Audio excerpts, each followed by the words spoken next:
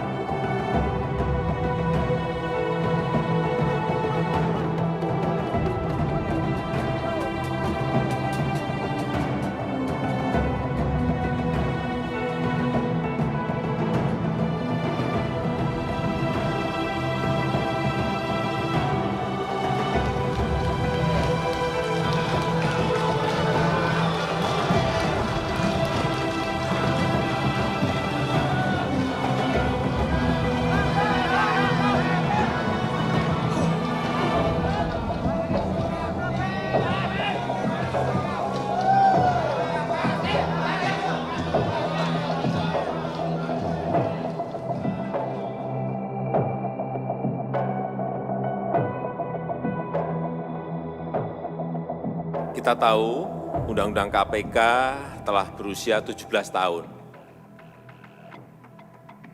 Perlu adanya penyempurnaan secara terbatas sehingga pemberantasan korupsi bisa makin efektif.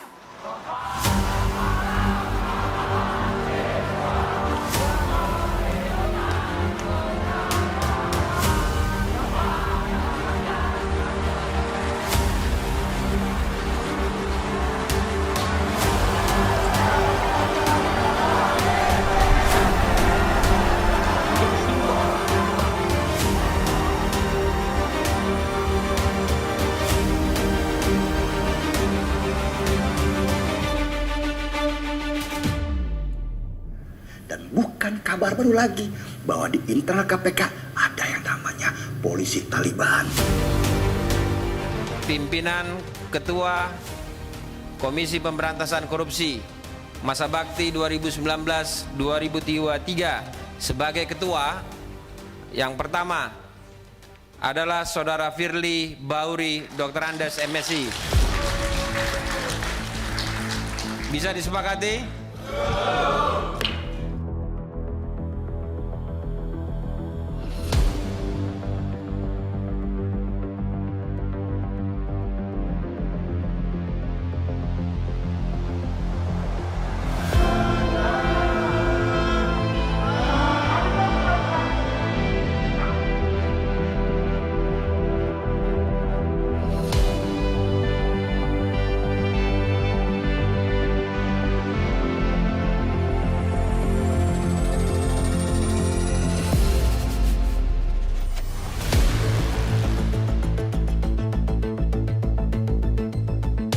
Hasil tes wawasan kebangsaan terhadap pegawai KPK hendaknya menjadi masukan untuk langkah-langkah perbaikan KPK, baik terhadap individu-individu maupun institusi KPK, dan tidak serta-merta dijadikan dasar untuk memberhentikan 75 pegawai KPK yang dinyatakan tidak lolos tes.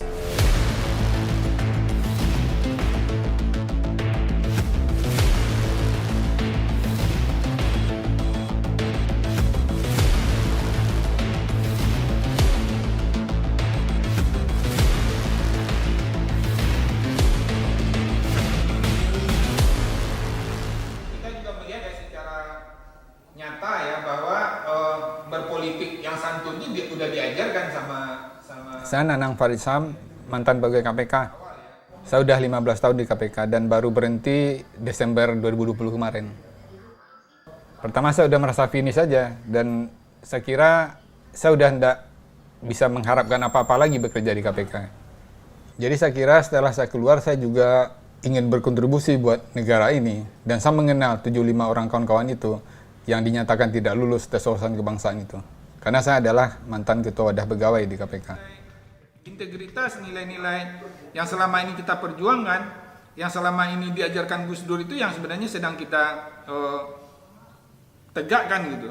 Bahwa mereka itu tidak boleh semena-mena terhadap anak bangsanya. Gitu.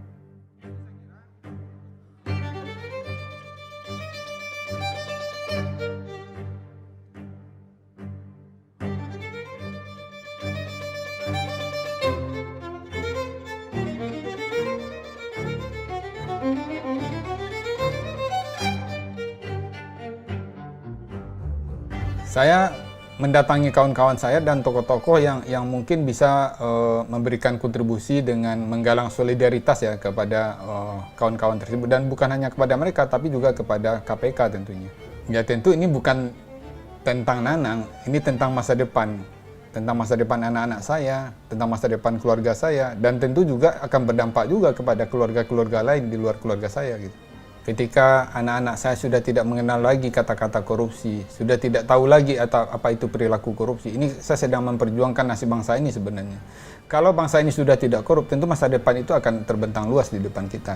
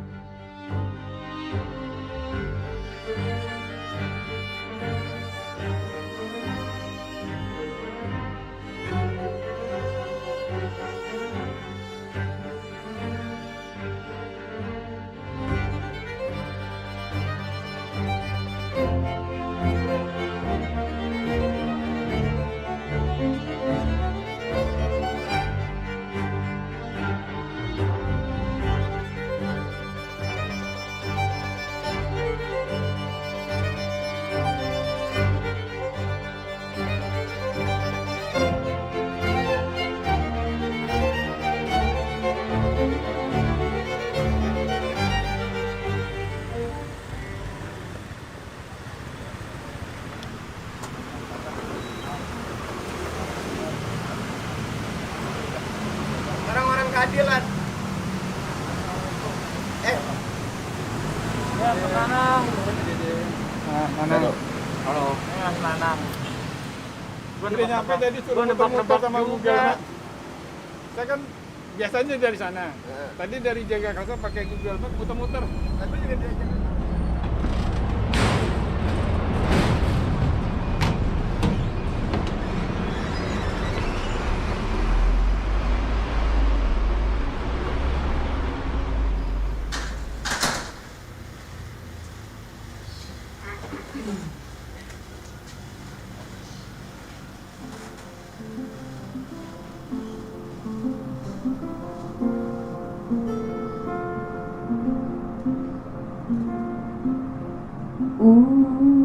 Pak penjahat naik haji setahun sekali.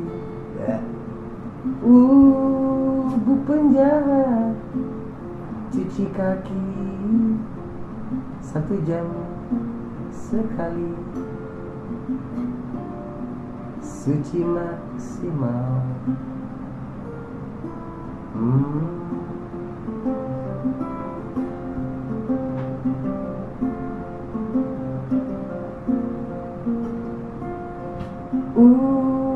Pak penjahat cita-cita jadi Robin Hood.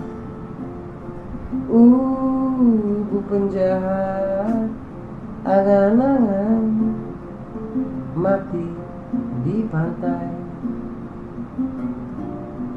mati maksimal. Kerja di KPK tuh nggak ada berita baik, nggak pernah. Ada aja berita buruk gitu tiap hari. Paling kejadian aneh pernah waktu sebelum tes itu. Tes wawancara yang kemarin. Rumah saya didatengin orang nggak dikenal. Ngaku-ngaku dari suatu kementerian ya kan. Ngomong ke ibu saya. Rumah saya kan di luar Jakarta. Di suatu pulau lah. Jauh, naik pesawat lah 1,5 jam. Mbak Tata ikut tes wawasan kebangsaan? Saya ikut. Hasilnya? Saya tidak memenuhi syarat di tes wawasan kebangsaan ini. Oh ya, sebelumnya saya beranggapan bahwa tes wawasan kebangsaan itu seperti tes CPNS pada umumnya. Kita kan dibilang tesnya tes wawasan kebangsaan. Oke, tes wawasan kebangsaan. Beberapa kawan tuh udah banyak yang nyari-nyari TWK itu apa sih? Soal-soalnya kayak apa, belajar dan lain-lain. Ada satu teman yang kemudian bahkan cuti khusus untuk belajar TWK. Ada tuh. Itu satu direktorat dengan saya. Mungkin dia ikut les online kayaknya. Begitu masuk, dapatlah buku soal. Buku soalnya tulisannya Dinas Psikologi yang TNI Angkatan Darat, tesnya namanya Indeks Moderasi Bernegara. Bukan TWK ini. Ini buat ngetes deg-degan apa enggak gitu ya. Tes itu awalnya kan tes tertulis. Saya memahami lah tes-tes itu biasa lah. Walaupun ada beberapa pertanyaan yang saya juga terkejut. Loh kok pertanyaannya begini. Apa misalnya? Contohnya, apakah orang Jepang itu kejam? Karena itu kan nggak penting menurut saya begitu. Apakah orang Cina itu semuanya sama saja? Ini kan bahasa-bahasa yang provokatif. Kan? Tapi yang saya ingat yang paling mengganggu itu pertama adalah semua Cina itu sama. Nah, buat saya jawaban ini sangat dilematis. Bagaimana merespon pertanyaan ini? Semua Cina sama. Ini dilematis buat saya gitu. Itu termasuk yang skala apa yang setuju tidak setuju? Setuju tidak setuju. Saya bingung jawabnya karena kalau misalkan ditanya semua Cina sama, saya nggak tahu penerjemahan kata semua Cina sama itu apa gitu. Apakah yang dimaksud ini adalah karakternya, baik buruknya, atau wajahnya, atau kulitnya gitu. Saya nggak tahu gitu, karena kan meskipun sama-sama ada juga Cina yang mungkin berkulit agak hitam gitu, agak matang gitu ya. Kalau misalkan itu yang dimaksud, saya jawab tidak setuju. Tapi ada juga yang menginterpretasikan bahwa semua Cina itu sama di muka hukum. Kalau itu ya oke, baru saya jawab setuju gitu. Akhirnya ada jawab apa? Saya jawab tidak setuju karena saya beranggapan bahwa tidak jelas kan ini arah yang mana. Saya anggap bahwa ini mungkin fisiknya atau mungkin karakternya. Itu lebih menafsirkan itu sebagai sebuah stereotip. Iya. Saya Cina. Ya kelihatan lah dari muka saya ya. Nah, agama keluarga saya Buddhis. Ya seminoritas itulah saya. Ya paling beberapa teman dekat kan suka bercandakan, si Pit, ngomong melek dong gitu mah biasa gitu. Udah dari dulu juga ketawa aja kita kan. Saya salah satu penyidik KPK dinyatakan tidak memenuhi syarat untuk menjadi ASN melalui proses tes wawasan kebangsaan itu. Di tes sesi berikutnya tes esai jawaban panjang. Di situ juga muncul pertanyaan-pertanyaan tentang apa yang Anda ketahui dan apa pendapat Anda tentang kasus pelanggaran undang-undang kekarantinaan yang dilakukan oleh Rizik Syihab. Apa pendapat Anda tentang OPM, DITI, tentang HTI, tentang FPI, lalu apa pendapat Anda tentang LGBT? Yang bagi saya nggak ada korelasinya sama sekali dengan pemberantasan korupsi. Dengan anti korupsi itu nggak ada korelasinya sama sekali. Keanehan berikutnya muncul ketika tes wawancara. Saya sendiri diwawancara oleh 2 orang nih, dua orang. Kebetulan saya dapat nomor 1 kalau tidak salah di ruang 1 gitu saya ingat, dan pewawancaranya 2 orang gitu. Lalu pewawancaranya jelas tidak memperkenalkan nama gitu, tidak gitu, langsung saja pada pertanyaan-pertanyaan. Saya pribadi masuk ke ruangan tes, masuk nggak ada alat rekam, tidak ada kamera, tidak ada, yang saya ketahui tidak ada kamera, nggak ada voice recorder. Kalau yang disembunyikan saya nggak tahu. Mungkin pertanyaan awal yang ditanyakan ke saya itu adalah Ibu ini kalau liburan ke luar negeri gitu kemana aja gitu. Jelas saya jawab, saya nggak pernah liburan ke luar negeri Pak, karena saya nggak punya duit saya Pak liburan ke luar negeri gitu kan. Ah nggak mungkin Ibu nggak liburan ke luar negeri gitu. Kan gaji KPK besar, iya Bapak. Walaupun gaji KPK besar kan populasi saya juga banyak kan, kita kan jujur aja gitu ya. Saya nggak sanggup untuk liburan ke luar negeri. Aku terkonfirmasi betul ada yang disuruh syahadat ulang. Siapa Anda berhak meminta saya syahadat ulang? Terus ada lagi yang diminta baca doa makan. Mau masuk SD atau gimana? Anda ibunya yang lagi ngetes anak atau gimana? Ada yang disuruh milih Pancasila sama Al-Quran. Anda milih Pancasila atau Al-Quran? Teman saya udah jawab, sebagai orang Islam, pedoman hidup saya Al-Quran. Tapi kalau sebagai warga negara, ideologi saya Pancasila. Nggak boleh. Oh nggak bisa, harus milih. Loh ya nggak bisa. Iya, saya juga ke gereja. Cuman saya juga ada pertanyaan, misalnya soal waktu itu ditanya bagaimana kalau di satu daerah itu dominan Kristen begitu, terus ada penyebaran agama lain di situ. Kalau dia sebarkan baik-baik apa isunya? Tapi kalau dia memaksa mengintimidasi supaya masuk agamanya, itu persoalan hukum, harus ditegakkan secara hukum. Saya bilang gitu. Saya Kristen. Apa dasarnya dibilang Taliban? Pengurus wadah pegawai di wadah pegawai itu ada yang Buddha, ada yang Hindu, dari suku dari Sabang sampai Merauke ada. Apa yang dimaksud Taliban? Orang yang ngomong Taliban itu mungkin harus diajak duduk ngopi yang benar tuh. Biar saya jelaskan apa yang dia maksud Taliban. Ketika saya masuk Akpol, justru saya mengalami bahwa kehidupan asramanya itu seringkali kami justru mengkotak-kotakan diri dengan berkumpul berdasarkan suku asal daerah. Seperti itu. Jadi ketika saya masuk KPK, saya melihat sebuah kenusantaraan di sana. Saya ditanya apakah saya sudah menikah, saya jawab belum. Kemudian berlanjut ke, apakah punya pacar? Saya jawab ya. Apakah pacar yang sekarang ini menuju pernikahan? Belum tahu, saya belum ada pembicaraan ke sana karena baru kenal. Sudah diperkenalkan orang tua? Belum, karena sekarang statusnya saya beda kota dengan orang tua, jadi kesempatan untuk bertemu juga tidak mudah. Berapa kali pacaran? Saya tidak ingat sih Bu, mungkin 3 atau 4 kali. Gitu. Kalau pacaran ngapain saja? Ya ngobrol Bu, ya saya bicara keberkenalan gitu. Tapi ketika saya jawab itu, pewawancaranya langsung begini, saya belum selesai bicara Mbak. Tolong dengarkan, saya bicara, baru jawab pertanyaan saya. Soal integritas mungkin, kita anggap aja dia ngetes integritas ya. Soal ditanya bahwa, lo mau bohong nggak kalau disuruh pimpinan bohong gitu. Suruh atasan lo bohong. Mau bohong nggak? Enggak, aku bilang gitu. Bahkan aku tembak balik orangnya. Bapak mau kalau disuruh bohong sama atasannya? Saya sih nggak mau Pak. Kalau memang udah menyentuh integritas saya harus khawatir. Saya mendingan resign kalau kayak gitu caranya. Masa sih Mbak? Dibilang gitu kan. Oh iya, kalau saya begitu.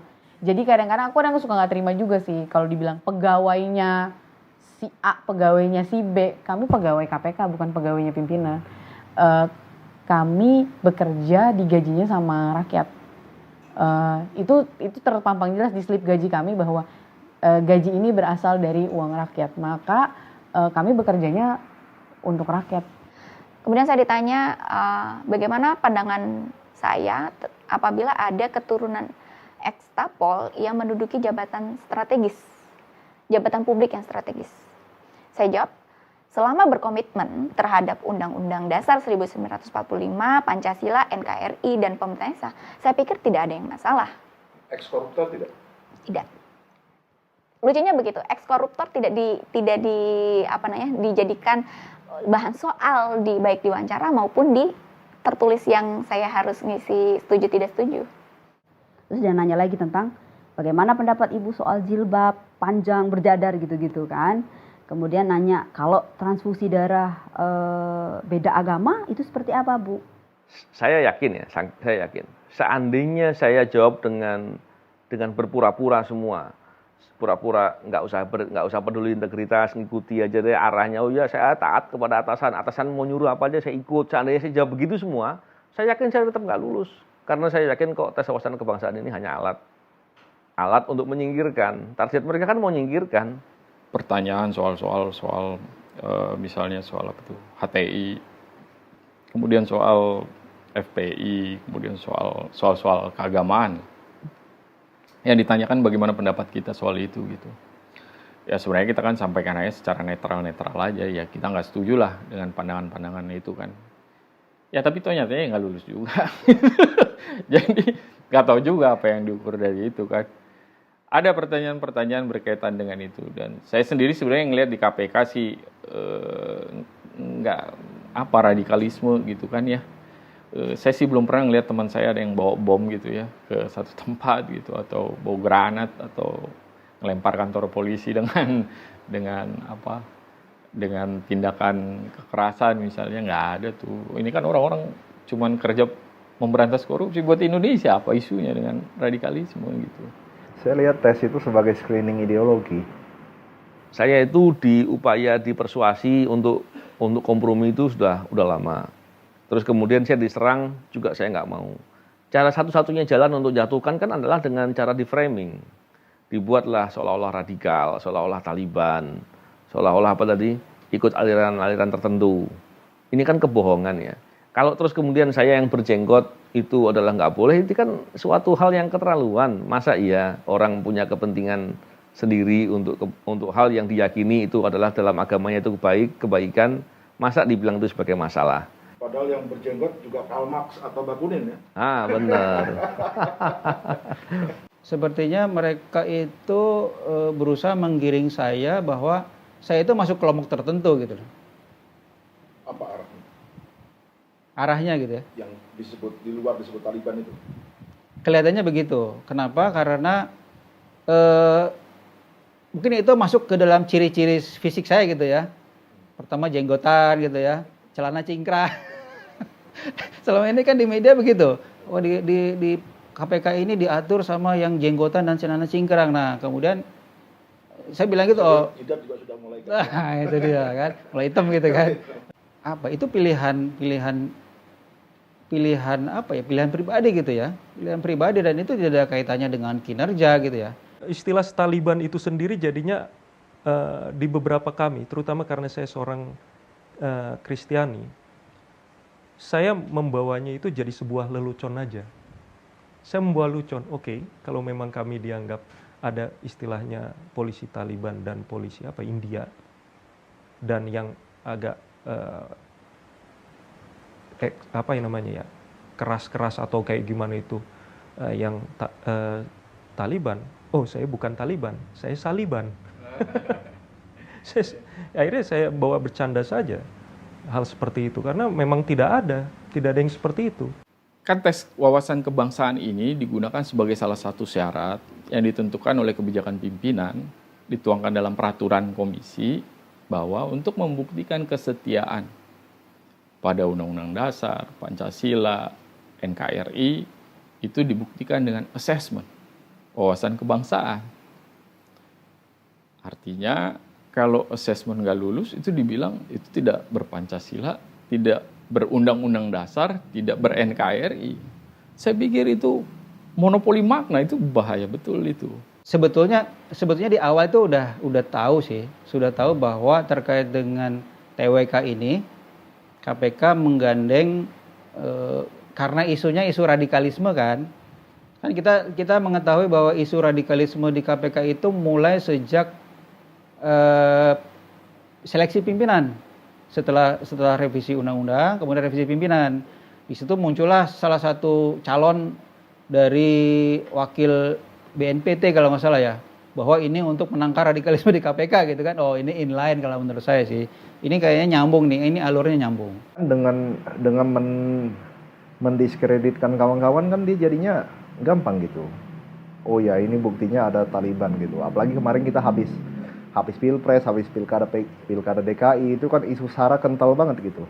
Maksudnya kalau di KPK beneran ada Taliban, emang bisa orang kayak saya hidup di situ 4 tahun loh. Dari hasil pemetaan ya dari asesor, dan kemudian kita sepakati bersama dari 75 itu dihasilkan bahwa ada 24 pegawai dari 75 tadi yang masih dimungkinkan untuk dilakukan pembinaan. Jadi sebelum diangkat menjadi ASN. Sedangkan yang 51 orang, ini kembali lagi dari asesor, itu sudah warnanya dia bilang sudah merah, ya, dan ya tidak memungkinkan untuk dilakukan pembinaan. Kami sampai sempat berpikir nih, kalau 51 orang ataupun 75 orang ini zona merah gitu, tidak bisa tertolong gitu, terus kami ini apa? Apakah kami lebih kejam dibandingkan terorisme yang bisa pakai proses radikalisme gitu, lebih kejam daripada koruptor yang boleh dibina gitu kan? Kemudian lebih kejam dari pembunuh gitu yang bisa dibina gitu karena sudah tak bisa tertolong bahasanya itu. 14 tahun berkiprah memberantas korupsi di rumah sendiri gitu dikatakan tidak tertolong. Bahkan soal korupsi tidak disinggung dalam soal. Tidak ada. Sama sekali. Sama sekali tidak ada. Kemudian setelah Misalnya, apakah sebagai pejabat negara atau sebagai ASN Anda boleh menerima hadiah? Enggak, tidak ada. Tidak ada pertanyaan seperti misalkan menerima gratifikasi atau fasilitas itu tidak ditanyakan. Atau pertanyaan, bagaimana jika ada sahabat, kerabat, handetolan yang meminta untuk dibantu memperlancar urusannya dalam wewenang Anda? Tidak ditanyakan. Saya istilahkan ini sebetulnya perselingkuhan lah. Kenapa saya sebut perselingkuhan? Karena konteksnya adalah kita mau dibawa ke rumah ASN, harusnya adalah metode, prosedurnya, ikut ranah ASN. Bisa enggak publik menilai untuk menjadi ASN itu kita harus berhadapan dengan BAIS, kita harus berhadapan dengan BIN, kita harus berhadapan dengan BNPT gitu. Kayaknya enggak ada deh. Tiba-tiba ini sang ketua itu mengintervensi, membawa dokumen draft dibawa sendiri Kumham dan memasukkan unsur assessment gitu. Sehingga saya menjadi agak ragu-ragu dan timbul pertanyaan, ini jangan-jangan bukan untuk kepentingan orang KPK gitu, tapi kepentingan orang luar. Nah, kalau seperti itu, ini ya bagian dari pelemahan KPK tadi. Gitu. Saya bahkan punya temen yang bukan Chinese ya dia. Orang tuanya lebih percaya sama isu Taliban di luar daripada anaknya sendiri yang kerja di dalam. Sampai segitunya isu itu. Kalau orang tua saya jelasin ngerti mereka. Meskipun awalnya mereka percaya itu omongan-omongan Taliban tuh. Tapi kan saya udah jelasin. Kalau beneran Taliban, emang anakmu bisa hidup di situ? Ya nggak mungkin kan? Kalau menurut saya karena ini perselingkuhan tadi, bahkan di media-media KPK tidak tahu soalnya, BKN tidak tahu soalnya, Menpan tidak tahu soalnya, ini benar-benar perselingkuhan dan saya khawatir ini mirip-mirip kegiatan-kegiatan intelijen lah, dan ini sangat berbahaya. Dia sempat bilang saya juga pasukan katanya. Oh bagus, saya bilang Anda pasukan. Saya nggak tahu pasukan berarti apa, bisa jadi dia. Karena begitu saya tanya Bapak dari mana sih, dia nggak mau jawab. Ada rekamannya nggak ini? Dia bilang nggak tahu. Saya boleh tahu nggak nama Bapak? Dia bilang tidak bisa. Saya Pak, saya bilang, saya menyelidiki atau memeriksa seseorang ketika saya mem-BAP seseorang berita tersebut. Saya jelaskan nama saya ini, saya tunjukkan name tag saya tunjukkan surat perintah penyidikan saya sebagai dasar saya melakukan tugas. Maka oleh karena itu saya menduga kenapa kok tesnya itu dibikin oleh BIN, BAIS, dan beberapa instansi lain. Dugaan saya karena memang BKN tidak punya metodologi tadi. Lalu yang bikin standar siapa, yang bikin pola soal seperti bagaimana, dan lulus tidak lulusnya siapa yang bikin norma-normanya. Saya kok lihat Sekjen dan Biro SDM tidak tahu soal itu. Ini harus diaudit, harus dikupas tuntas siapa yang punya kepentingan ini. Apakah BKN ada yang punya etika jahat? Harus dilihat, siapa tahu kepala BKN-nya terlibat. Siapa tahu orang-orang di BIN dan di BEK itu ada yang terlibat. Tapi pada dasarnya bertanggung jawab ini semua Pak Firly Bahuri, karena beliau yang terkait dari awal sampai akhir seperti punya kepentingan. Saya agak heran kalau ada kalimat bahwa ada upaya menyingkirkan. Saya ingin katakan, tidak ada upaya untuk menyingkirkan siapapun. Kenapa saya pastikan itu? Karena tes yang dilakukan wawasan kebangsaan diikuti oleh 1.351 pegawai. Dengan ukuran yang sama, instrumen yang sama, alat ukurnya sama, waktu mengerjakan sama, pertanyaannya sama, modulnya sama. Jadi saya kira itu. Jadi tidak ada upaya untuk menyingkirkan siapapun. Ya, pendapat pribadi saya ini grand design. Grand design untuk tidak hanya melemahkan KPK, juga grand design untuk melemahkan negara ini. Penonaktifan ini 74 ini banyak dilandasi oleh kasus-kasus yang ditangani.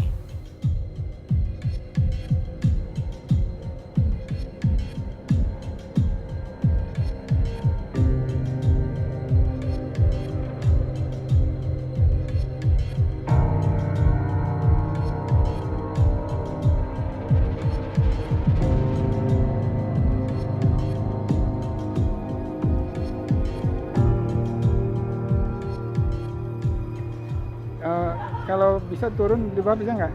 Aku masuk dari depan. Ah ya nggak Pak. Ya, aku ke depan ya. Oke, makasih ya. Yuk. Assalamualaikum. Pak. Mana sehat? Sehat-sehat. Jadi sekarang kami mau ke Komnas HAM mengadukan tentang yang pelanggaran HAM ya. Sedangkan kemarin minggu lalu kan udah ke Ombudsman ngelaporin maladministrasi gitu ya. Jadi nanti jam 12 ini udah Nanang. Jadi dari sisi teman-teman di luar internal KPK, YLBHI mengadvokasi langsung dari sisi formal ya.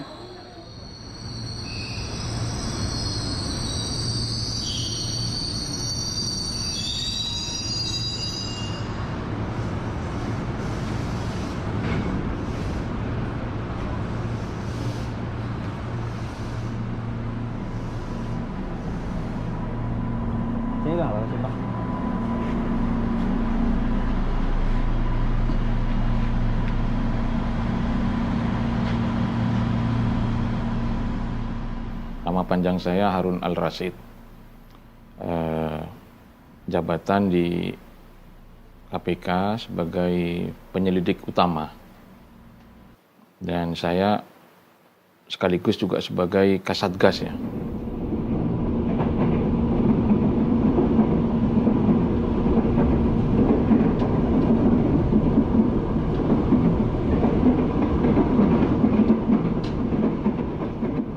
Yang terbaru, ada penugasan dari pimpinan. Saya masuk ke dalam tim DPO. DPO. Dari beberapa nama yang DPO itu. Termasuk Harun Masiku? Saya itu kebetulan tidak nangani kasusnya. Gitu loh. Tapi mungkin pimpinan punya pertimbangan sendiri, ya kan. Diambillah dari tim lain, ya, untuk bisa membantu tim DPO itu. Direktorat Jenderal Imigrasi Kementerian Hukum dan HAM membenarkan tersangka kasus dugaan suap komisioner KPU Harun Masiku sudah berada di Indonesia sejak tanggal 7 Januari 2020. Ketua KPK Firly Bahuri mengatakan pihaknya mengerahkan seluruh kekuatan untuk mencari mantan caleg PDIP Harun Masiku. Harun Masiku merupakan tersangka penyuap komisioner KPU Wahyu Setiawan agar dapat duduk di kursi DPR menggantikan posisi Nazarudin Kimas yang meninggal dunia. Sebenarnya kita sudah on the track, teman-teman sudah istilahnya di kita itu eyes on ya, atau bisa dibilang kita sudah nempel banget sama para target operasi kita ini. Mana ada suatu keadaan saat itu di suatu tempat di sekitaran daerah Blok M, kita masuk ke situ, kita berdasarkan informasi data lapangan ada beberapa target operasi kita termasuk AM ada di situ. Dan ketika kita mau eksekusi, kita mendapatkan perlawanan dari beberapa orang yang pastinya adalah terafiliasi, saya yakin, dengan Harun Masiku. Namun karena dia bajunya aparat, ya kita tidak bisa melaksanakan itu. Pegawai KPK di PT IKA yang ramai diberitakan itu? Ya buntutnya itu ya, salah satu anggota saya tersandera di situ. Saya di situ, cuman karena mungkin pihak-pihak yang melakukan sandera itu kenal dengan saya dan mungkin mereka ada pemikirannya lain ketika mereka menyandera saya, maka hanya anggota saya aja yang disandera. Bukankah itu tidak hanya mengejar Harun Masiku saja? Iya, ada beberapa petinggi, ada beberapa orang yang termasuk petinggi partai yang terlibat di situ, ya karena kita tahu kasus ini muatannya apa, tujuannya apa, dan yang berkompeten di situ mestinya selain HM ini juga orang-orang partai yang mendukung dia. Sekjen PD Perjuangan Hasto Kristianto tiba di gedung KPK pada Jumat pagi. Hingga siang ini Hasto masih menjalani pemeriksaan di gedung KPK. Tidak lama kedatangan Hasto, Komisioner KPU Hashim Asyari juga tiba di gedung KPK. Juru bicara KPK Ali Fikri mengatakan pemeriksaan pada Sekjen PD Perjuangan Hasto Kristianto untuk mengonfirmasi bukti-bukti percakapan elektronik dengan para tersangka kasus suap pergantian antar waktu Harun Masiku. Itu mestinya lokasi yang secure ya. Kemudian tidak ada event apapun yang menyebabkan aparat-aparat yang saya sebutkan tadi ada di situ, kecuali memang ada mungkin ada informasi yang menyebabkan dia, ada perintah yang menyebabkan dia untuk melakukan pengamanan terhadap target saya ini, target kami itu. Saya itu tahu di mana Masiku berada. Tinggal saya ambil ini. Masalahnya saya diminta untuk menyerahkan ini. Tugas. Status nonaktif. Status nonaktif. Kami duga sangat kuat dan jago dalam menyembunyikan orang. Tapi saya yakin suatu saat dalam waktu dekat lah insya Allah, kalau misalnya masalah ini terlewati, kita memiliki kekuatan, dukungan dari Presiden ataupun dari pihak-pihak stakeholder lainnya. Saya pikir tertangkapnya Harun bukan suatu hal yang mustahil. Tapi kalau ini sore copot, saya malam saya tangkap dia. Jadi kalau sore ini status nonaktif Cak Harun dan kawan-kawan dikembalikan, nanti malam sudah bisa diambil. Saya SK 652 dicabut sore ini.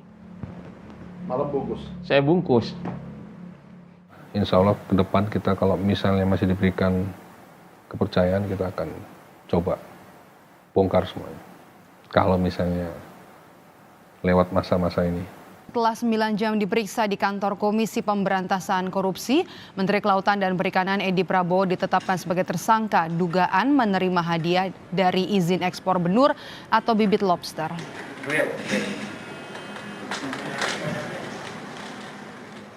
Saya menangani salah satu kasus yang mungkin menjadi atensi nasional, yaitu bansos. Nah, itu salah satu yang mendapat atensi sangat besar oleh masyarakat, terutama masyarakat kalangan bawah. Semoga bermanfaat ya. Salam dari Presiden. Ada 5 orang yang telah dinyatakan sebagai tersangka dalam kasus dugaan korupsi bantuan sosial atau bansos masyarakat dalam rangka penanganan pandemi COVID-19 di Indonesia. Dan salah satunya adalah Menteri Sosial Juliari Peter Batubara. PDI Perjuangan sebagai partai mensos nonaktif, Juliari Batubara bernaung menghormati proses hukum KPK terhadap kadernya itu. Bansos ini kan menyangkut hajat hidup orang banyak ya kan? Masyarakat kecil level ini. Nggak ada orang yang kemudian bergaji 10 juta ke atas mau terima bansos, nggak mungkin. Jadi saya adalah salah satu penyidik kasus simulator. Kemudian dalam proses penyidikan itu memang terjadi, ya kita sudah tahu tensi yang begitu tinggi antara dua institusi penegak hukum.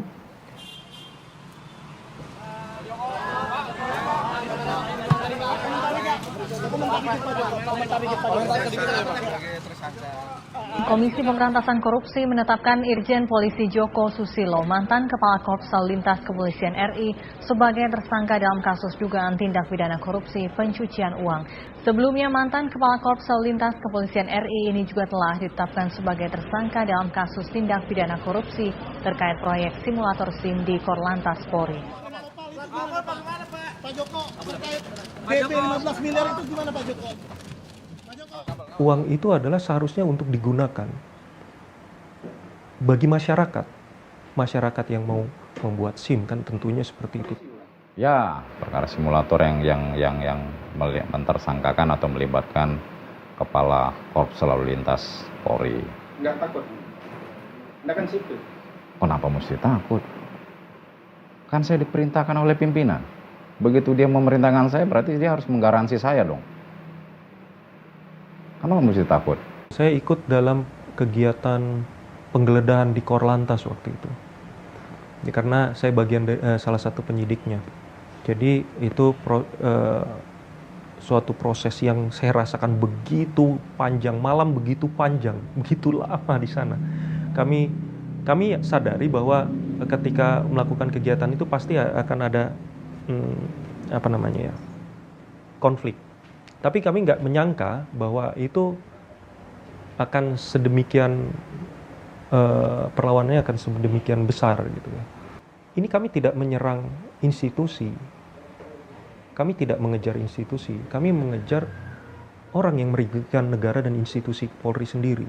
Intinya saya itu diminta untuk tidak menjangkau ke jenderalnya lah gitu ya, ke petingginya, tapi hanya di level-level pelaksana yang mungkin panitia atau apa yang level cuman AKBP atau Kombes.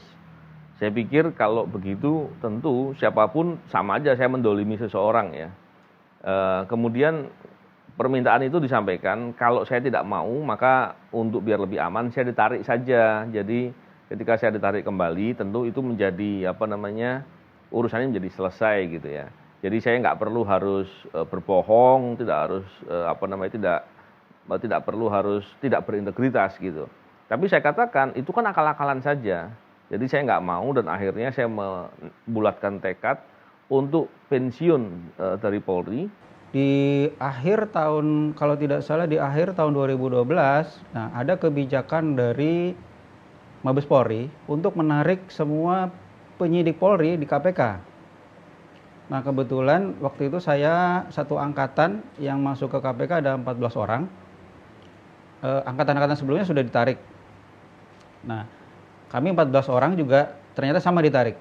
Nah, jadi dari 14 orang itu sekitar 7 atau 6 orang tetap bertahan di KPK, yang lain sudah kembali. Nah, kami yang bertahan itu oleh pimpinan KPK diterbitkan SK sebagai pegawai tetap di KPK dari tahun 2012. Penyidik waktu itu semuanya Polri ya, semua anggota Polri waktu sebelum tahun 2012. Setiap ada sedikit gesekan atau hal yang menyulitkan, biasanya penyidiknya ditarik pulang. Itu modusnya selalu begitu. Dan waktu itu ketika saya sedang menangani kasus terkait dengan petinggi Polri, saya juga sedang dipersiapkan untuk ditarik pulang. Kalau saya tidak mau sedikit kompromi dalam hal itu. Tapi saya katakan ini bukan hal yang bisa dianggap sepele. Kalau terus kemudian kompromi pun efeknya pasti akan buruk dan saya akan mendapatkan suatu penyesalan yang panjang karena saya tidak jujur dan tidak berintegritas. Malam ini saudara-saudara, kita bersyukur bahwa kita melihat lagi sandiwara pembodohan yang dilakukan oleh... Novel sempat hendak dibawa polisi saat berada di gedung KPK tetapi batal. Upaya penangkapan Novel itu dikaitkan dengan penetapan Inspektur Jenderal Joko Susilo sebagai tersangka kasus simulator SIM. Saat itu, banyak pihak menganggap Novel yang merupakan penyidik kasus itu telah dikriminalisasi oleh Polri. Bahwa kita datang di sini atas keinginan bahwa hukum harus ditegakkan di negara kita. Ini nggak bisa dibiarkan. KPK ini institusi yang sangat bagus, tujuan bagus, cita-citanya bagus. Terus hanya karena satu orang jiwa korsa, mungkin ya kalau kita bisa bilang jiwa korsa yang sempit saat itu, atau emosi sesaat, akhirnya upaya-upaya seperti itu dilakukan. Itu kan berarti padahal KPK itu tujuan negara ditempelkan di sana, misi negara ada di sana.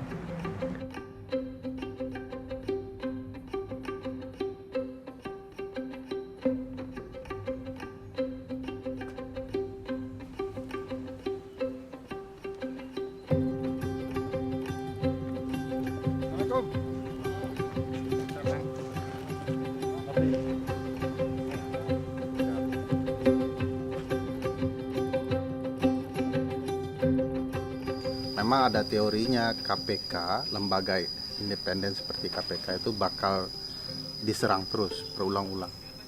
Ya misalnya ada koruptor fights back gitu kan, itu ada.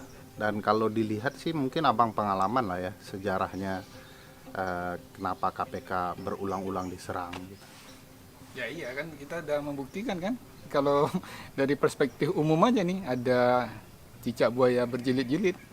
Dan sampai hari ini sebenarnya kan ini bagian dari itu ya. Jadi kalau kita lihat sequel yang terjadi itu sebenarnya proses yang terjadi udah by design semua. Jadi tentu Ferry tahu lah sebagai akademisi ya, dan bahkan tokoh yang mungkin terlibat langsung di dalam semua proses itu nyata-nyata terjadi. Cicak buaya jilid 1 kapan ya? Tahun 2008 2009 ya. Susno 2 Aji ya.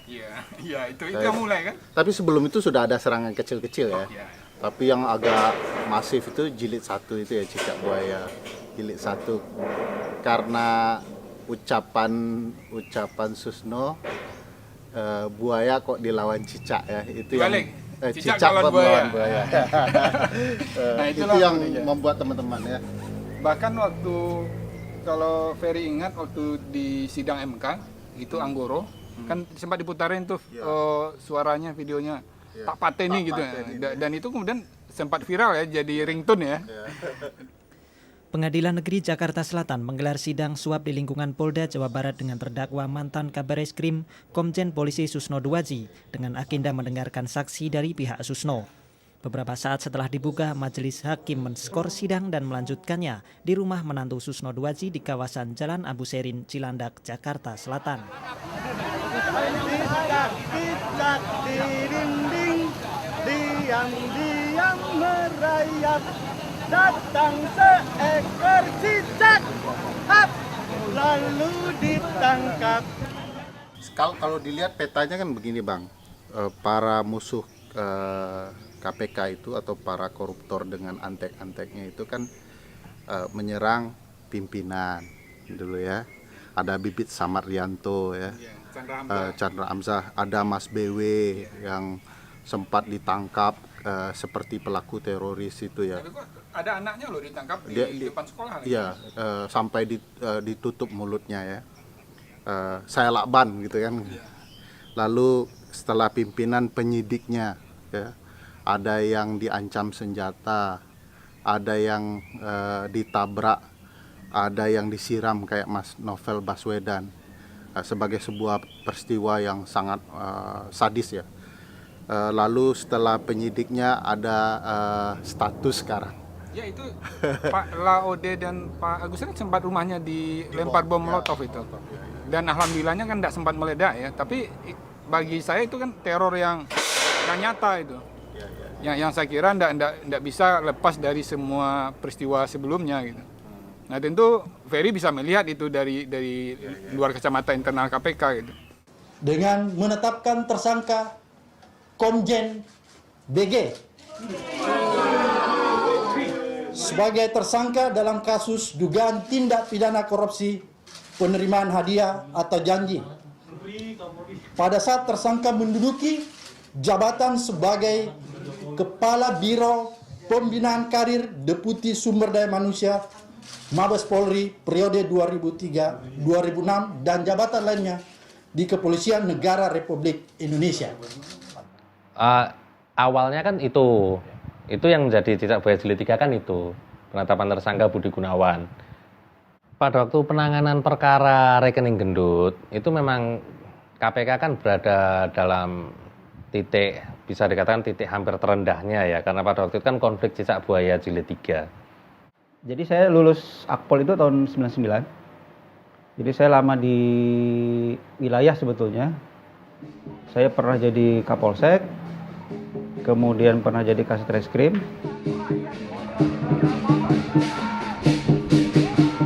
Kapolri Komjen Polisi Badrodin Haiti menyatakan ada kesepakatan yang dibuat di hadapan Presiden Joko Widodo bahwa usai diperiksa, Bambang Wijoyanto tidak ditahan.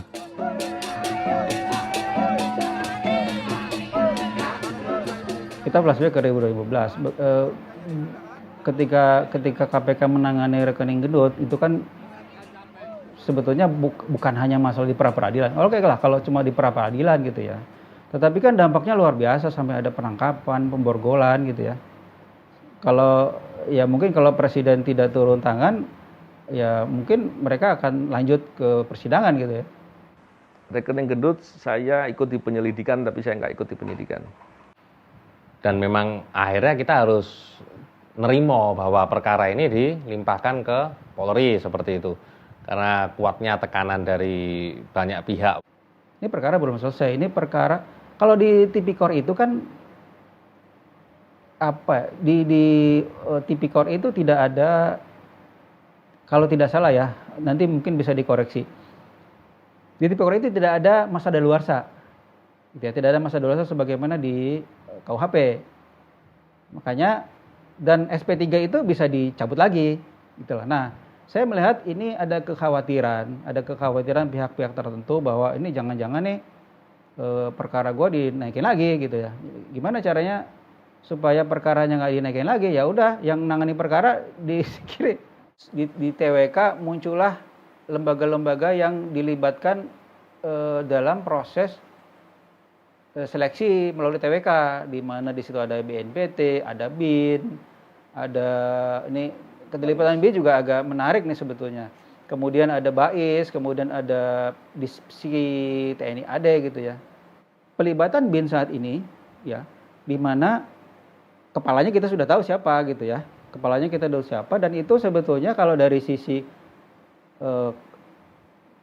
konflik kepentingan itu jelas ada konflik gitu ya. Ada konflik dan harusnya kan dilakukan fair. Penyidik senior Komisi Pemberantasan Korupsi Novel Baswedan kembali ke tanah air hari ini. Novel disiram air keras saat dirinya tengah pulang dari menjalankan sholat subuh di masjid dekat rumahnya di kawasan Kelapa Gading. Majelis Hakim Pengadilan Negeri Jakarta Utara menjatuhkan putusan terhadap 2 terdakwa penyerang penyidik KPK, Roni Bugis dan Rahmat Kadir. Rahmat Kadir divonis 2 tahun penjara, sementara rekannya Roni Bugis divonis 1 tahun 6 bulan. Serangan itu banyak sekali, dan yang paling puncaknya sebelum saya diserang yang sampai membuat mata saya sulit untuk melihat adalah ketika tahun 2015. Itu serangannya menurut saya yang paling berat. Waktu itu saya sudah mengira bahwa saya akan selesai, saya akan diarahkan untuk keluar dari KPK. Bahkan dalam beberapa kasus saya sudah berpikir saya akan dikerjai sehingga saya harus diberikan sanksi pidana, seolah-olah begitu. Kemudian dari itu di tahun 2016 saya juga ditemui oleh 5 pimpinan KPK. Kasarnya dibujuk ya, atau diminta untuk saya mau keluar dari KPK. Di sekitar tahun 2016 saya ditabrak dua kali. Sebelumnya ada ditabrak tapi salah sasaran, dan kemudian ancaman-ancaman lain hingga sampai 2017 saya diserang dengan menggunakan air keras yang membuat kedua belah mata saya luka berat. Yang kiri saya buta permanen, yang kanan saya hanya melihat 50% lah. Jangan-jangan kalau kita bisa beresin korupsi di penegakan hukum begitu, kita beresin, jangan-jangan kita udah menyelesaikan tugas pemberantasan korupsi itu 60-70% gitu. Tinggal sisa 30-40% lagi gitu. Itulah kenapa dulu KPK Hong Kong fokusnya ke penegak hukum. Yes. Kita apakah salah mengambil posisi sekarang ini? Harusnya KPK dulu fokus saja ke polisi sehingga kemudian kasus seperti rekening gendut, seperti Korlantas, itu harusnya menjadi kasus sehari-hari di KPK. Bukan seperti kasus yang menyulut konflik. Iya, saya sendiri sih ngelihat bahwa harusnya ada fokus area yang lebih strategis ya buat pemberantasan korupsi. Maksudnya kita nggak bisa juga berantas korupsi skateran, ambil di sana, ambil di sini. Kita mesti lihat juga kira-kira kalau yang ini kita beresin dampaknya lebih besar nggak gitu. Nah, saya melihat salah satu sektor itu sih penegakan hukum itu sektor yang sangat strategis dibenahi. Tapi kembali lagi ke prinsip, bukan prinsip, pikiran yang tadi itu butuh dukungan dari kekuasaan untuk bisa melakukan itu.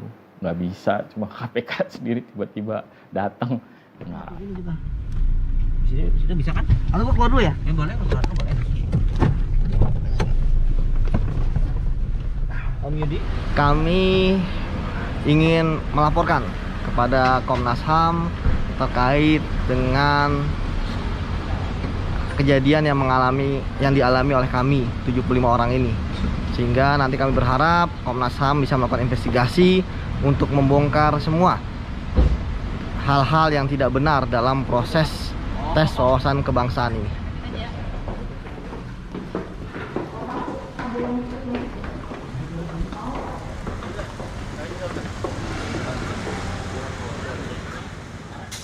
Ya, tadi kami Komnas HAM menerima pengaduan dari teman-teman di KPK dan didampingi oleh kuasa hukumnya.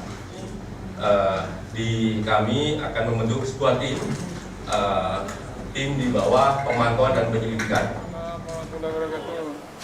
Mantap, kemarin sudah siap. Ini teman-teman LBH PP Muhammadiyah. Ini dari Komnas HAM. Iya, jadi tadi sedang konferensi ya, karena saya ada janji, saya langsung ke sini. Dapat kaos ini, masih dapat kaos tuh. Jadi udah beres di sana. Teman-teman kayaknya masih di sana, tapi saya langsung pamit. Karena janji nih. Iya, sama antum ini biasa nih. Ini tahun kita di KPK. Oh, ya. Dulu di KPK. Jadi keluar sama Bang Febri juga ini. Oh, bareng. Iya, aduh, perjuangan lah. Oke, yuk ke atas lantai 4. Ini unik nih, Pak. Iya. Yang dibela oleh Muhammadiyah tuh, Pak. Kawan-kawan NU. Caharun tuh NU. Oh iya. Tata Horiah tuh NU. Oh iya. Saya terima kasih nih. Dan ini kita ingin membuktikan kepada bangsa ini, inilah wawasan kebangsaan sesungguhnya. Gitu. Jadi kita tidak melihat benderanya apa, tidak melihat ini. Dan ini luar biasa ini, Pak. Nah, jadi ini kesungguhan yang saya kira penting kita sampaikan kepada publik gitu. Jadi wadah pegawai ini kan organisasi resmi yang diatur oleh PP bahkan nomor 63 tahun 2005, peraturan pemerintah ada bahwa KPK bisa membuat. Jadi ketika ada narasi KPK informal sebagai itu bohong besar. Bahkan ketua pertamanya Pak Johan Budi SP yang menjabat 4 tahun malah. Ya kan 2006 sampai dengan 2010. Karena kalau pegawai negeri punya korpri, karyawan punya serikat pekerja, pegawai KPK juga punya klaster wadah pegawai. Wadah pegawai gitu kan. Ya, wadah pegawai KPK sendiri itu anggotanya hampir 1.500 orang. Ya kan? 1.500 orang itu ada dari kepolisian, ada dari kejaksaan, ada PNJ dan sebagainya. Dan tidak ada paksaan untuk ikut wadah pegawai KPK. Dan itu kan bayar iuran juga gitu kan setahun gitu kan. Dan kita selalu mengadvokasi pegawai KPK. Selama saya sendiri, kita mengadvokasi pegawai kita yang waktu itu dianiaya di Hotel Borobudur, ya ketika sedang melaksanakan kegiatan, ya. Bang Novel jelas kita advokasi. Kemudian ketika itu ada pegawai KPK yang perempuan, penyidik yang waktu itu laptopnya hilang, ya kan kita advokasi supaya dia tidak mengganti, ya, dan akhirnya disetujui. Kenapa? Karena kan hilangnya itu dalam tugas, dan diduga ada file penting di situ, bukan karena keteledoran. Pada hari yang sama dengan pertemuan antara Tito dan Novel, penyidik KPK Surya Tarmiani mengalami musibah. Ia dijambret ketika turun dari taksi yang ditumpanginya di kawasan Setiabudi, Jakarta Selatan. Tas yang dijambret berisikan laptop, telepon seluler, dan identitas diri. Laptop yang raib tersebut berisi dokumen penting terkait kasus suap uji materi Undang-Undang Peternakan dan Kesehatan Hewan, serta buku merah yang sedang dia tangani. Aduh, ini deh, saya mending nanya ke pimpinan aja ya. Setelah rentetan kejadian itu, 3 hari kemudian pada 7 April 2017, 2 orang penyidik KPK dari unsur kepolisian berkomplot merusak buku merah. Roland dan Harun yang saat itu merupakan penyidik KPK diduga mencoret beberapa bagian buku itu dengan tip X dan merobek barang bukti. Kejadian itulah yang terekam dalam CCTV di ruang kolaborasi KPK. Kami ini itu bahkan dituduh bahwa wadah pegawai KPK itu di atas pimpinan gitu kan, bisa nyadap sembarangan gitu kan. Bahkan pansel ketika itu nanya gitu kan. Ya, kemudian kami katakan ya tidak, itu yang sembarangan, nggak mungkin, tidak ada proses di KPK wadah pegawai KPK itu bisa gitu kan. Karena kan pasti struktural, itu kan patuh pada pimpinan gitu kan. Itu hanya narasi-narasi aja, dan yang bisa tanda tangan pimpinan kan adalah tanda tangan sprindik adalah pimpinan. Bukan saya gitu kan. Saya hanya menandatangani kalau ada pegawai ingin mengajukan hutang untuk renovasi rumahnya gitu kan. Karena kebanjiran atau karena rusak gitu kan. Kalau sekarang munculnya persoalan itu hanya pada masalah penyadapan. Nah, penyadapan itu udah ditinggalin sama orang. Ya. Tidak semudah orang bilang, ini nomor teleponnya silakan sadap. Wah, nggak begitu gitu. Penyadapan itu nanti adanya di belakang gitu. Kalau perlu bahkan kita tidak perlu penyadapan gitu. Itu kan biasanya tadi hanya pelengkap saja gitu. Bahwa orang masih berpikir bahwa ya sadap aja semuanya gitu. Langsung kasih nomor handphone gitu. Ini loh nomor handphonenya si A, si B, si C. Ya kalau KPK bisa begitu ya saya juga kerjanya jadi lebih ringan juga gitu. Tapi kan nggak begitu gitu. Jadi tidak semudah sebenarnya nggak. Contohnya melakukan penangkapan atau OTT gitu ya, atau tindakan apa, penggeledahan gitu. Sederhana ditanya, untuk melakukan penangkapan perlu surat apa tidak? Perlu. Siapa yang tanda tangan surat itu? Struktural, dan beberapa pimpinan. Terus mungkinkah surat itu tanda tangani sendiri? Kan nggak logis gitu. Ketika ada isu yang sengaja dibuat oleh koruptor dan kawan-kawannya untuk bikin framing kepada KPK, ya dengan cara sederhana disimulasi lah. Dengan begitu kan tahu bahwa itu bohong gitu. Karena ketika disimulasi akan kelihatan bahwa itu nggak logis dan nggak mungkin bisa dilakukan. Nah, wawancara aku diwawancarain 2 orang yang pertanyaannya nggak ada kompetens, nggak ada urusannya sama kerjaanku menurutku ya. Ditanya soal, mostly aku ditanya soal per-WP-an. Anda pengurus wadah pegawai? Iya, wadah pegawai ngapain aja. Jadi aku ngelihat, terus gini. Nah, aku ngelihatnya pewawancaraku ini sudah punya mindset bahwa wadah pegawai ini kerjanya adalah demo, adalah melawan, adalah mengkritisi kebijakan-kebijakan di kantor, kebijakan-kebijakan pemerintah misalnya gitu ya. Tapi kalau aku ngapain aja, mostly tahun 2020 aku ngurusin teman-temanku yang kena COVID. Jadi kami di wadah pegawai setiap ada yang COVID, kami punya paket. Kalau dulu sebelum revisi undang-undang, kita ada yang namanya DPP, Dewan Pertimbangan Pegawai gitu, di mana wadah pegawai menjadi salah satu majelisnya. Majelis itu, majelis pertimbangan pegawai itu kayak hakim lah. Jadi nanti kalau ada orang dilaporkan ke pengawas internal, lalu dianggap pelanggaran berat katakanlah, itu ada rapat DPP dulu, rapat Dewan Pertimbangan Pegawai. Di rapat ini kita bahas lah dugaan kesalahan-kesalahannya seperti apa. Lalu kita tawarkan nanti ke pegawainya ini bagaimana gitu. Kalau berat apakah nanti mengundurkan diri gitu atau nanti kita proses melalui sidang. Nah di sidang itu wadah pegawai punya peran tadi sebagai salah satu majelis. Dari 5 majelis, 5 hakim gitu. Wadah pegawai menjadi salah satu yang menjadi majelisnya. Penyidik KPK Stepanus Patuju dinyatakan terbukti melanggar dan diberikan sanksi berat dengan diberhentikan secara tidak hormat. Sebagai penyidik, Stepanus Patuju telah ditetapkan sebagai tersangka atas kasus suap penanganan perkara Wali Kota Tanjung Balai. Dalam putusan sidang etik, Stepanus Patuju dinilai menyalahgunakan wewenang sebagai penyidik. Di 2006 gitu, itu juga pernah terjadi gitu. Oleh salah satu pegawai KPK gitu, tapi seorang penyidik dari kepolisian gitu. Ya, mungkin nanti bisa di cross check juga gitu dengan nama Suparman. Itu pernah terjadi 2006 gitu, memeras saksi kalau saya tidak salah. Lalu terulang lagi sekarang di kasus Tanjung Balai ya, di mana tersangka sudah ditetapkan gitu, saudara Robin sudah ditetapkan menjadi tersangka. Jadi kalau kita berbicara dua-dua ini pernah terjadi. Tapi yang buat saya, yang menjadi highlight buat saya adalah bagaimana KPK berani mengungkap kesalahan itu. Gitu. Kita tunjukkan ke publik itu bahwa kita tidak terbang pilih. Gitu. Siapapun yang salah, siapapun yang berbuat salah di KPK, ya sudah, Kita tetapkan salah dan kita tetapkan hukuman gitu. Kok ini kebetulan penyidik yang baik, integritas gitu kan. Kok kebetulan wadah pegawai KPK gitu kan. Seperti itu. Kok kebetulan kasus besar. Iya, kasus besar. Kok kebetulan orang-orang kritis gitu kan.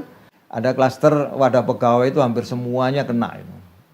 Ada klaster juga semua yang nangani kasus ya, ada rekening gendut, ada kasus bansos, ada Samintan, ada Hasim Masiku, semua kena itu. Ada juga mantan Sespim kena juga karena dulu nggak tahu dia ada, mungkin dianggap dulu nggak memfasilitasi atau yang kasihan juga itu para pengawas internal yang dulu memeriksa Firly itu kena semua tuh. Mulai pengawas fungsionalnya bahkan yang sekarang udah menjadi deputi itu juga kena juga. Sehingga saya bisa mengambil dalam analisa saya dan persepsi saya setuju ya dengan mapping yang dilakukan oleh beberapa media. Pada waktu itu saya melaporkan Firly membocorkan rencana operasi tangkap tangan. Saya menginformasikan kepada pimpinan seperti itu. OTT terbanyak adalah di tahun Pak Firly jadi deputi. Itu kan. Dan beliau udah nyatakan di publik, itu memang benar. Itu. Nah, di tahun 2018 itu, saya kebetulan Kasatgas yang paling banyak melakukan OTT itu. Kebocoran di KPK ini paling sering justru pada waktu Pak Firly jadi deputi. Pada waktu itu beberapa rekan-rekan penyelidik dan penyidik sempat menghadap kepada pimpinan dan menyampaikan bahwa gimana nih Pak, ini ada banyak sekali perkara yang bocor, OTT yang bocor, yang gagal. Dan juga kita ada beberapa indikasi-indikasi tertentu sehingga kita melaporkan pada pimpinan seperti itu. Namun kebetulan kan belum sempat dijatuhin sanksi etik ya, sudah ditarik kembali kepada instansi asal, betul. Itu pasti dari dalam, potensinya banyak. Dan tugas kita adalah menjaga agar tidak dari satgas kita lah yang bocorin. Kenapa? Karena berarti kita khianat. Berarti kita khianat kepada negara, kepada bangsa, kepada agama, ya kan? Kita ketahui lah orang-orang atau pelaku tindak pidana korupsi ini bukan orang-orang dalam tanda petik yang sembarangan. Orang yang bisa dikatakan punya resource, orang yang punya uang banyak, bisa dikatakan orang yang punya kedudukan tinggi di pemerintahan atau mungkin di politis, orang yang bisa saya katakan pengusaha.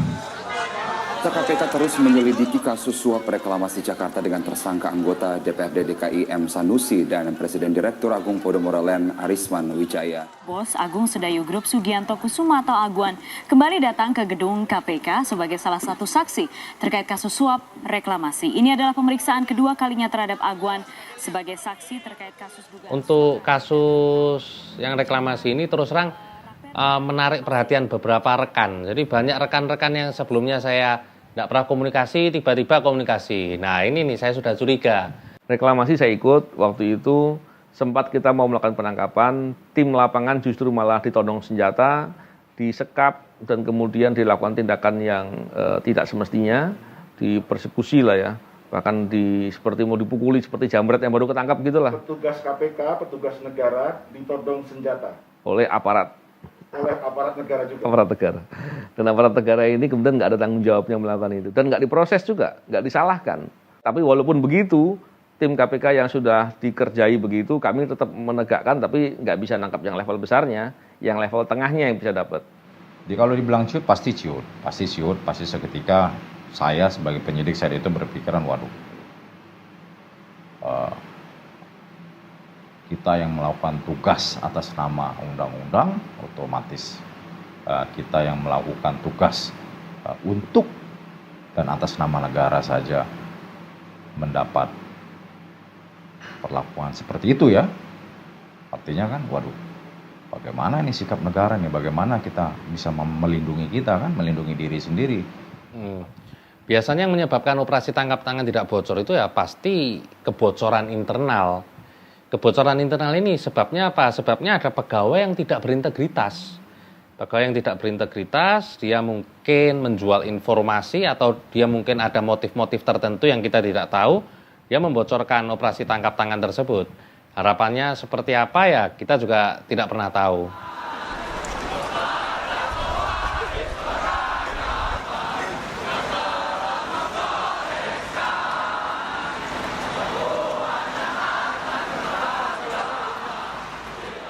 Orang yang ingin melemahkan KPK ini kan ya tentu orang yang tidak senang dengan keberadaan KPK. Ya misalkan upaya-upaya yang terbaru kemarin kan tentu mengenai revisi undang-undang. Dari yang sebelumnya kita bisa langsung melakukan penggeledahan, penyadapan dan lain sebagainya menjadi perlu izin dari Dewas. Dan itu kan prosesnya kan memakan waktu. Dan kita tidak tahu ada kemungkinan bocor di mana saja. Perubahan ketentuan dalam undang-undang ini juga mengatur mengenai pemberian status kepegawaian yang jelas bagi pegawai Komisi Pemberantasan Korupsi. RUU tentang perubahan kedua atas Undang-Undang Nomor 30 Tahun 2002 tentang Komisi Pemberantasan Tindak Pidana Korupsi dapat disetujui untuk disahkan menjadi undang-undang. Ini hal yang memang menarik. Dengan adanya revisi itu sendiri, jelas birokrasi jadi panjang untuk beberapa mekanisme penyidikannya.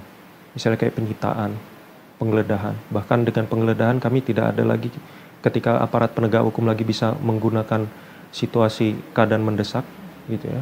Sehingga mendasarinya dengan pasal 34 KUHP. Kami nggak punya dasar itu. Kami segala bentuk penggeledahan harus dijalani melalui izin Dewan Pengawas.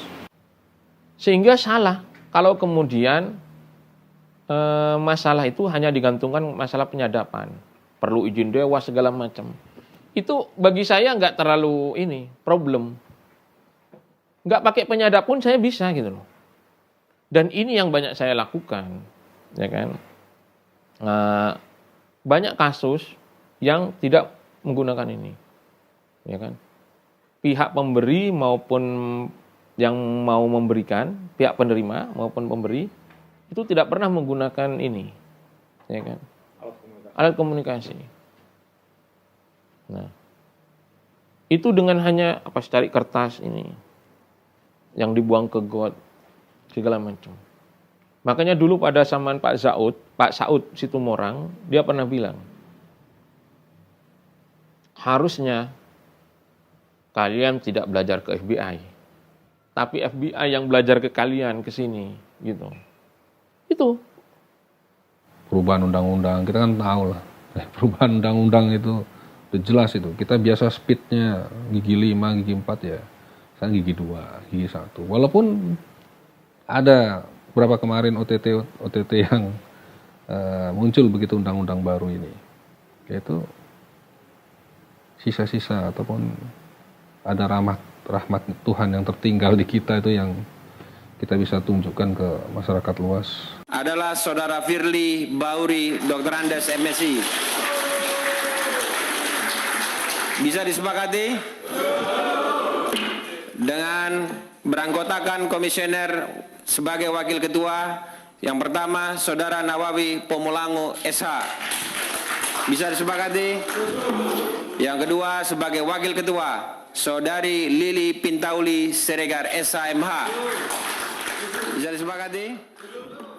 Yang ketiga. Jadi pada waktu itu saya melihat pemilihan pimpinan KPK itu sampai jam 1 dini hari kalau nggak salah. Dan pada waktu sudah terbentuk formasinya, pada waktu itu juga air mata saya menetes. Pada waktu juga saya menangis. Nah, tapi ketika hasil TWK ini diumumkan, saya sama sekali nggak sedih, nggak marah, nggak ini. Karena kita sudah bisa memprediksi apa yang akan terjadi kemudian dengan formasi seperti itu. KPK itu berkali-kali diserang dari luar, ternyata KPK adalah organisasi yang tangguh. Sehingga ada perubahan strategi, ada cara belajar dari lawan-lawan KPK yang semakin lama semakin efektif. Nah, Bapak melempar bola. Nah, bolanya itu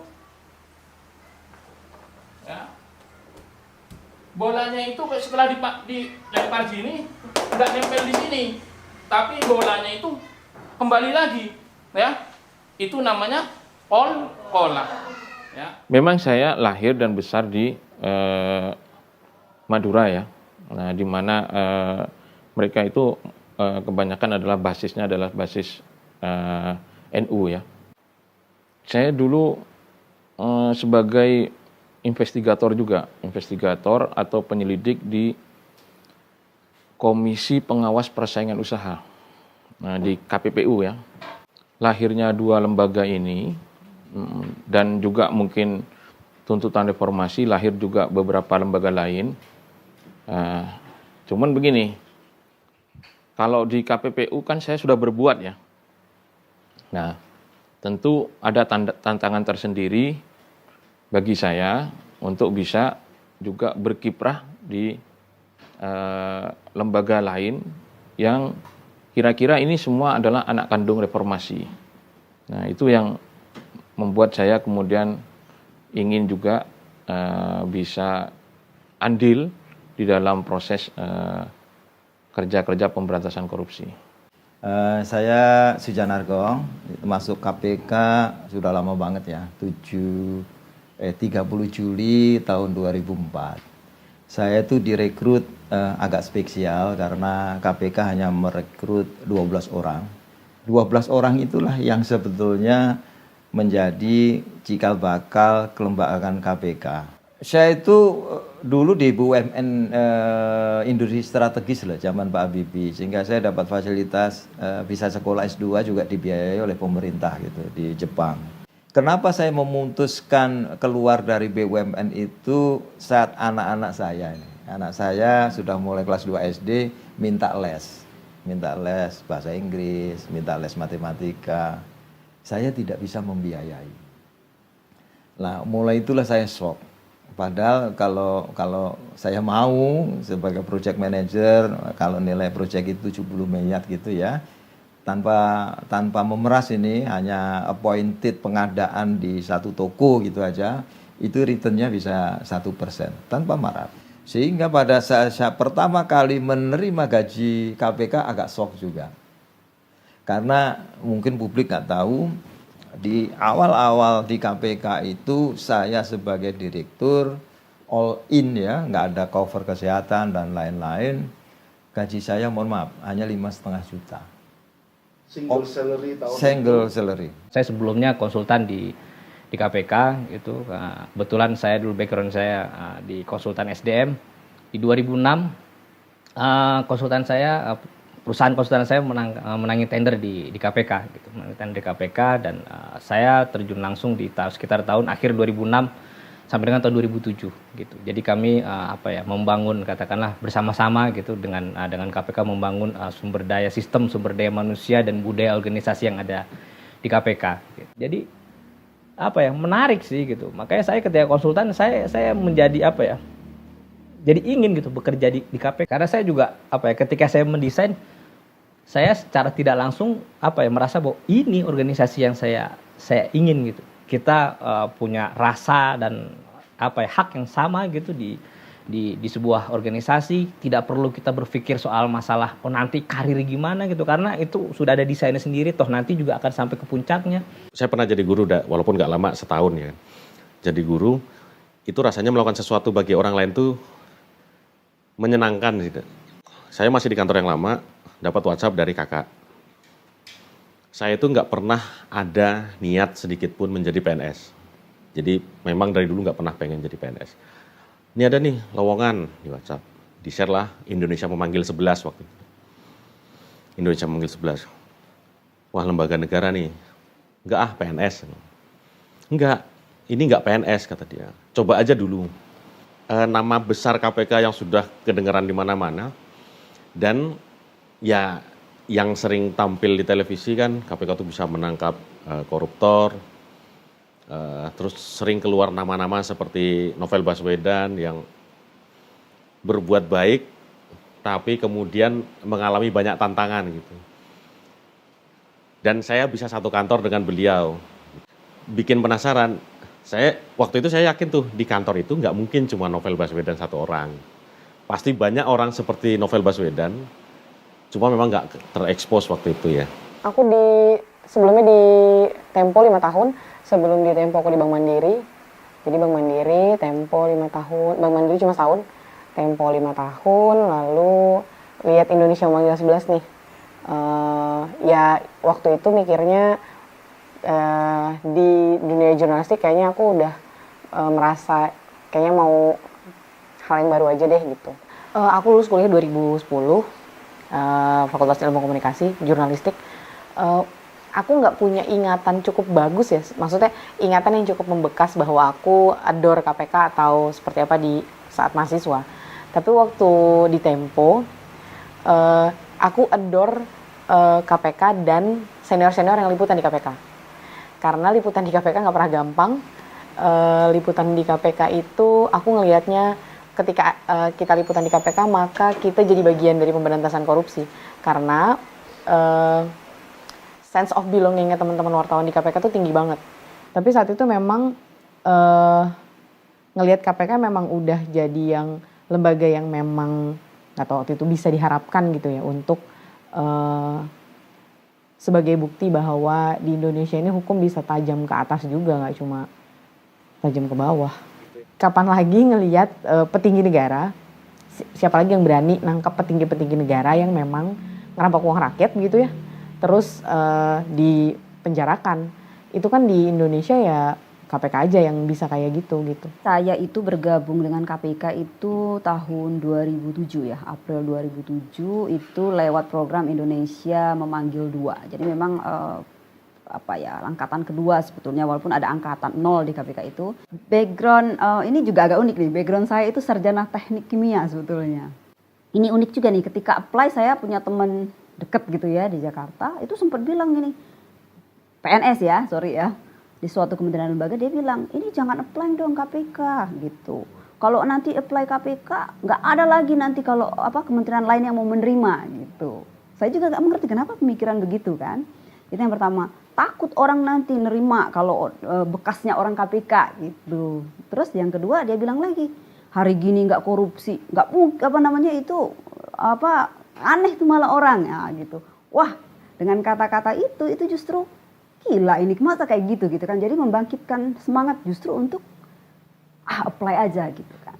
Sebelum masuk KPK saya kebetulan adalah konsultan manajemen, tepatnya saya appraisal. Kemudian saya membaca iklan di Kompas bahwa KPK membutuhkan pemeriksa laporan harta kekayaan pejabat negara. Itu sekitar tahun 2010. Karena pada waktu itu trennya itu suap itu melalui jual beli rumah namun dengan harga yang sangat murah. Sebagai contoh misalkan ada penyelenggara negara atau pejabat yang mereka membeli tanah dengan harga murah, kemudian dibeli dengan harga yang tinggi sekali dengan selang waktu yang bisa dikatakan cukup pendek, misalkan cuma 6 bulan atau 1 tahun seperti itu. Namun ada juga penyelenggara negara yang membeli rumah yang harga wajarnya misalkan 5M, kemudian dibeli dengan harga yang sangat murah sekali seperti itu. Sebenarnya praktek seperti ini dilakukan oleh hampir seluruh level penyelenggara negara, mulai dari penegak hukum, kemudian juga dilakukan oleh sampai level dirjen, bahkan juga ada level menteri juga melakukan hal seperti itu. Tahun 2008 saya di kantor hukum, saya memang berlitigasi di kantor hukum, juga menangani kasus-kasus persoalan-persoalan hukum korporat gitu selama beberapa tahun. Saya putuskan bergabung di KPK karena saya pikir saya banyak terjun di sistem peradilan dan menurut saya sistemnya dulu itu sulit kita kalau kita mau berhukum dengan betul begitu, itu kita menghadapi tantangan besar gitu. Waktu itu KPK sedang buka gitu, mencari, mereka kebetulan juga kriterianya cocok, jadi saya pikir ini tempat bagus juga kalau saya bisa eksperimen di sana untuk satu cita-cita memperbaiki sistem peradilan. Lebih jauh dari itu saya lihat sih fungsinya, wah ini mau memberantas korupsi nih. Ini akar persoalan negara yang dari tahun ke tahun, puluhan tahun kita merdeka nggak selesai-selesai ini urusan. saya berpikir mungkin saya bisa masuk dan berkontribusi di sana. Itu sebenarnya gagasan idenya waktu itu. Saya masuk KPK 2011. Saya masuk dari Polda Banten. Sebenarnya saya daftar 4 kali. Cuman alhamdulillah yang keempat kali baru keterima. Latar belakang saya memang di bidang provos ya, waktu itu. Kemudian serse dan lantas. Nah, pada saat di Polda Banten itu saya merasa bahwa lingkupnya memang kecil untuk saya untuk berbuat lah. Karena ya pada saat itu dinastinya Banten masih dipegang Bu Atut ya, Ratu Atut Kosia. Dan saya merasa bahwa saya mampu lah untuk berbuat yang lebih besar untuk bangsa dan negara. Saya merasa bahwa saya harus menjadi apa ya? Ya kalau bahasa kasarnya saya harus memberantas kejahatan lah yang lebih besar. Itu niat saya. Waktu itu lulus kuliah tahun 2015. Itu adalah beberapa, udah pernah kerja hampir 2 tahun kerja di itu. Saya lulusan teknik sipil, jadi saya dulu kerja di konsultan perencanaan struktur gedung. Nah kerja hampir 2 tahun, agak mumet sama kerjaan ya kan, mulai bosan gitu loh, gini-gini aja kerja gitu. Pas waktu itu ada bukaan rekrutmen IM12, Indonesia memanggil 12 gitu. Terus sekitar akhir 2016. Jadi ya udah iseng-iseng ikut tes seleksi berbagai tahap, masuk. Ya udah. Cita-cita juga nggak pernah kepikiran waktu itu, tapi sejak zaman sekolah, zaman kuliah tuh udah ngeliat, oh ini lembaga negara keren gitu loh. Kalau kerja di sini kayaknya keren nih, tapi kan belum pernah tahu jalurnya gimana dan nggak pernah minat juga sebenarnya kerja di lembaga negara, lembaga pemerintah tuh nggak pernah minat. Tapi ya pernah lihat kalau oke, KPK ini kayaknya salah satu yang paling oke lah, paling keren gitu. Karena ya itu memberantas korupsi itu kan. Kalau dulu kerja ya kerja untuk uang gitu kan, untuk uang saja. Saya pusing kerja ya kan, saya dapat gaji, bos dapat keuntungan yang lebih besar lagi gitu. Kalau masuk KPK, ya pusing juga kerja. Tapi bedanya saya dapat gaji ya. Kedua adalah itu ada manfaatnya buat negara gitu, buat masyarakat luas tuh ada gitu. Nah itu perbedaannya menurut saya. Saya di KPK itu sejak 2 Januari 2007. Memang sebelumnya memang saya dari PT IKA, Perguruan Tinggi Ilmu Kepolisian, lulus langsung saya daftar bersama beberapa kawan-kawan. Di KPK saya sebagai penyidik, fungsional penyidik dengan posisi penyidik utama. Dan memang sebelumnya saya sudah beberapa kali nangani kasus korupsi, walaupun level-level kecil lah. Saya pernah tangani yang paling besar level bupati, tapi ya tentunya berbeda kalau saya tangani di KPK, akan perkaranya akan menjadi tuntas ya. Begitu di KPK, saya melihat permasalahannya jauh lebih besar, jauh lebih luar biasa dan sangat mendasar. Saya penyidik KPK, sejak tahun 2007 saya masuk waktu itu dari kepolisian. Setelah lulus PTIK saya mendaftar di KPK.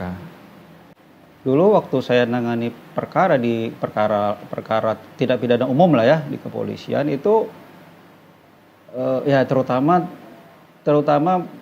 tindak pidana pertambangan ya. Nah itu yang agak menarik. Kalau saya nangani perkara pembunuhan, penganiayaan itu nggak pernah ada intervensi. Tapi ketika kita nangani perkara pertambangan, kemudian itu terekspos di media, pasti ada yang nelfon.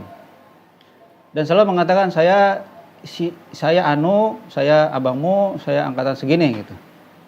Nah kalau selama di KPK, alhamdulillah saya tidak pernah terjadi seperti itu. Kita ketika menjadi Kapolsek gitu, kita kan dapat anggaran gitu. Nah, lumayan sih.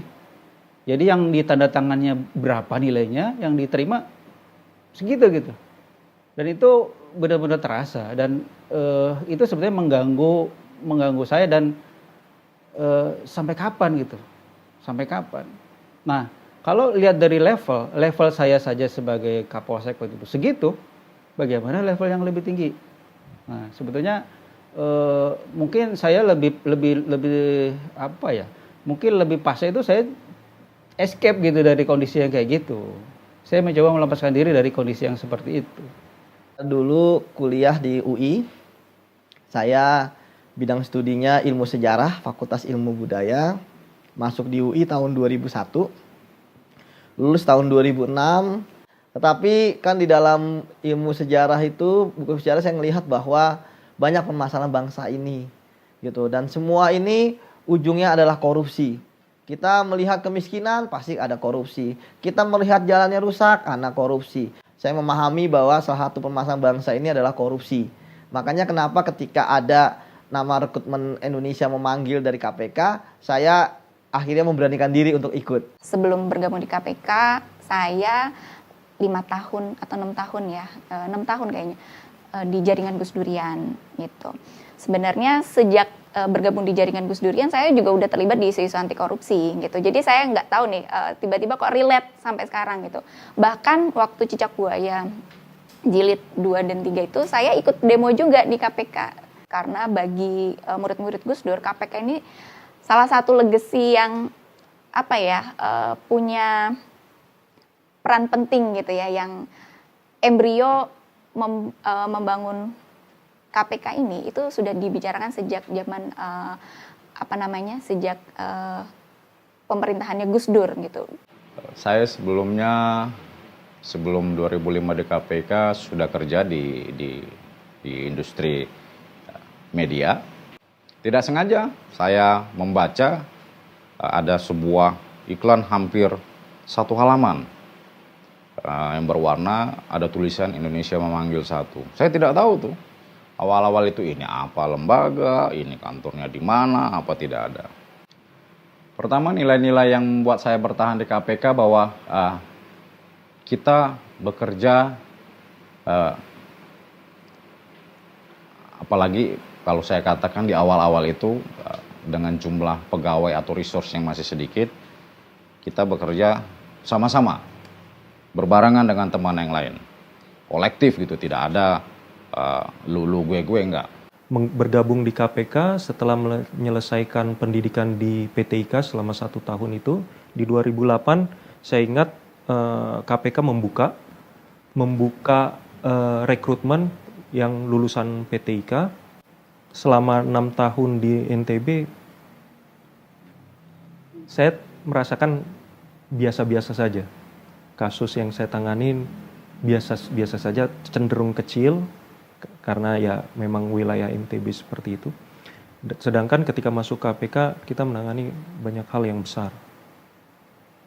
Menghadapi pejabat negara, pemerintah, kepala daerah, anggota DPR RI, kemudian menteri dan sebagainya. Saya mulai merasa kayaknya ini rumah saya. Saya merasakan, oh ini saya menemukan rumah saya. Jadi saya akhirnya merasa tidak salah memilih waktu itu. Sebelah mata gimana ceritanya itu lahirnya? Iya, awalnya karena basis RK dulu nggak bisa ngelihat lama-lama gitu, pelan-pelan nggak bisa ngelihat gitu. Ya udah, terus dia bikin lagu tentang dirinya dia. Lah kok kejadian sama jadi Bang Novel. sebelum kejadian?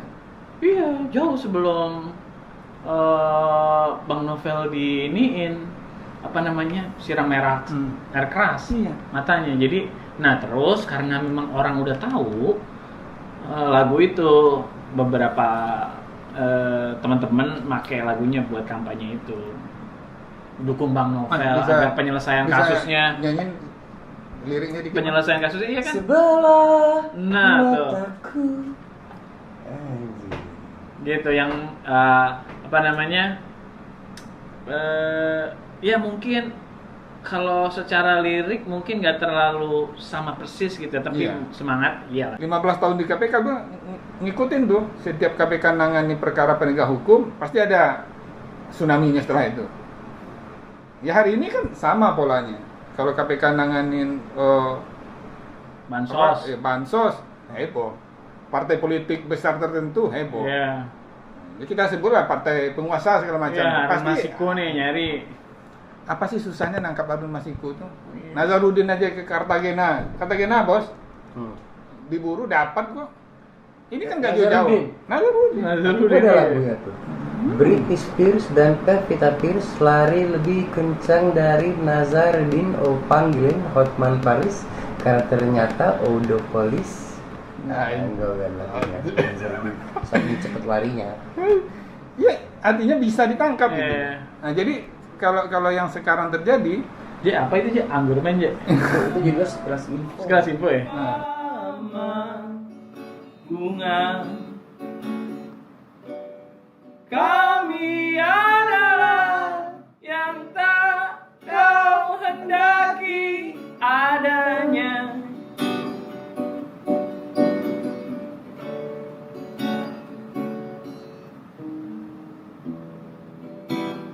Kau lebih suka membangun rumah, merampas tanah. Kau lebih suka membangun jalan raya. Tanggal 4 Mei itu sudah jelas bahwa proses peralihan pegawai KPK menjadi ASN tidak boleh merugikan. Oh, jelas. Ini sudah merugikan ini. Dari saya dinyatakan nonaktif hingga hari ini ya saya rugi dong. Bukan hanya rugi saya, harusnya negara rugi. Kenapa saya katakan begitu? Apakah selama saya dinonaktifkan saya dibayar oleh negara? Kalau saya dibayar oleh negara, berarti negara membayar sesuatu yang saya tidak lakukan. Atau saya dibayar atas sesuatu yang tidak saya berbuat sama sekali. Rugi nggak negara? Waktu saya pertama kali masuk, tahun pertama, saya tuh dapat hampers dari Mbak Lisa Wahid. Nah saya waktu itu tanya sama atasan, saya nerima nih hampers ini, saya harus lapor lagi Mbak? Ya harus lapor. Gitu. Ada pimpinan yang memberikan contoh teladan kesederhanaan. Apa contoh kesederhanaan? Misalnya, ketika dilantik menjadi pimpinan, beliau datang dengan membawa mobil Avanza, mobil Avanza. Kemudian saya melihat dia tidak berusaha untuk beli mobil baru gitu ya. Nah, kemudian setelah selesai juga masa jabatannya, ya mobilnya tetap Avanza. Dari beberapa perkara yang saya tangani, justru yang punya take home pay di atas 1M, kok tetap korupsi gitu. Jadi ternyata gaji itu tidak signifikan dengan perbuatan, tidak signifikan dengan integritas. Gaji waktu zaman sebelum Pak Antasari itu nggak terlalu besar. Mungkin dari gaji Polri memang lebih besar ya, tapi di Polri kan yang sering dibicarakan kan bukan gaji, tapi apa yang dibawa pulang ke rumah gitu ya. Jadi saya pikir kalau dipikir dengan persepsi seperti itu tentu sangat salah. Kita bisa lihat bahwa di banyak pejabat-pejabat tertentu, bahkan di pejabat pegawai negeri, itu mereka nggak sedang berbicara berapa gajinya, tapi berapa pendapatan lainnya yang bisa dia peroleh. Itu makanya sering disebut jabatan basah, orang berebut jabatan, dan lain-lain. Kalau di KPK kami terikat kode etik yang lumayan ketat ya. Jadi memang secara etos kerja saya bisa bilang di KPK ya lebih top lah, lebih oke lah gitu daripada yang lain-lain. Nggak ada itu di KPK itu datang kunjungan ke daerah-daerah minta difasilitasi mobil-mobil kah atau minta dijemput. Itu nggak akan ada di KPK kayak gitu. Bahkan kalau ada yang kami datang nih ke kantor orang, kami mau melakukan permintaan data atau segala macam, kan namanya kantor menerima tamu ya kan, orang ngasih snack, ngasih minuman gitu-gitu, itu nggak akan pernah kami sentuh. Itu baru makanan atau snack, kita kan nggak tahu itu akan berhenti sampai mana. Lebih baik jangan dijalankan sama sekali. Begitu kita mulai nerima fasilitas, nerima makanan, nerima snack, minuman gitu, bahkan air putih aja, itu kan akan mulai mempengaruhi cara kerja kita. Pengorbanan kita adalah ketika kita harus menjadi manusia yang sedikit aneh ya. Dulu kita biasa kumpul satu letting, ya ada yang mungkin jabatannya lebih bisa dikenal basah lah ya, itu yang traktir gitu ya. Kemudian kalau kita ketemu sama orang-orang teman-teman di luar institusi kita, ya kita nggak apa-apa kalau dibayarin, ya namanya teman SD, SMP, SMA. Cuma ketika kita di KPK ada rambu-rambu yang mengingatkan kita itu. Indonesia ini bisa lebih sejahtera kalau sistemnya, distribusi kesejahteraan itu diatur dengan baik, dengan benar, dengan adil gitu. Nah, distribusi yang adil, distribusi yang benar ini hanya bisa dilakukan kalau semua orang bertindak dengan integritas yang benar gitu. Ya kalau korup nggak akan bisa ini. Kan persoalan kita di negara ini kan muternya itu-itu aja Mas Dandi.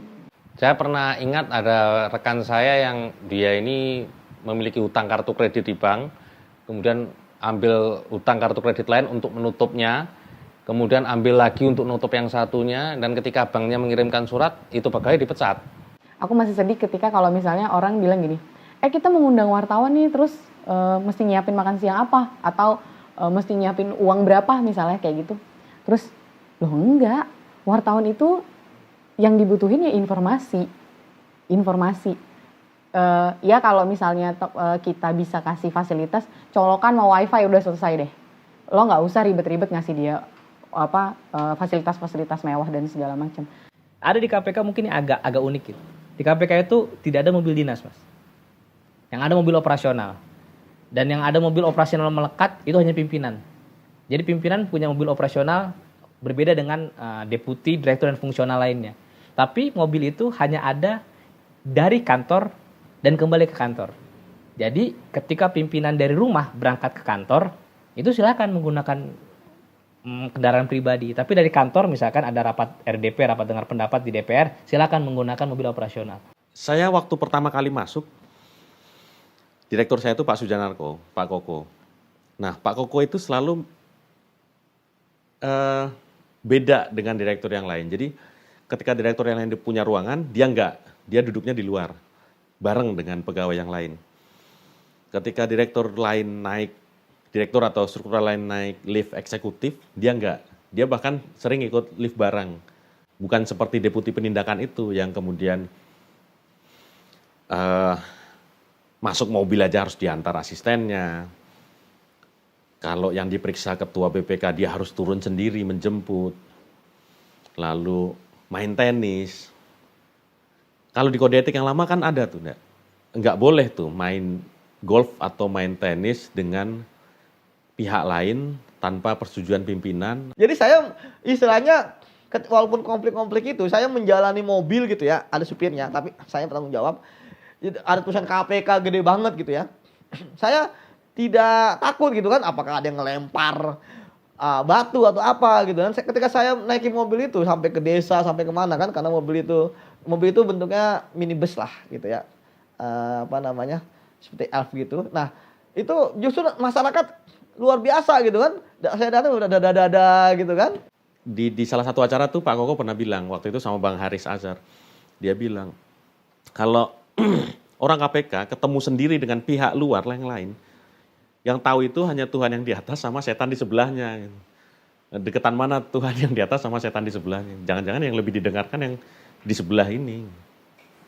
Salah satu platform ya, salah satu pilar utama untuk KPK kuat itu, KPK itu harus independen dalam fungsi, independen dalam resources, termasuk SDM dan keuangan. Itu wajib.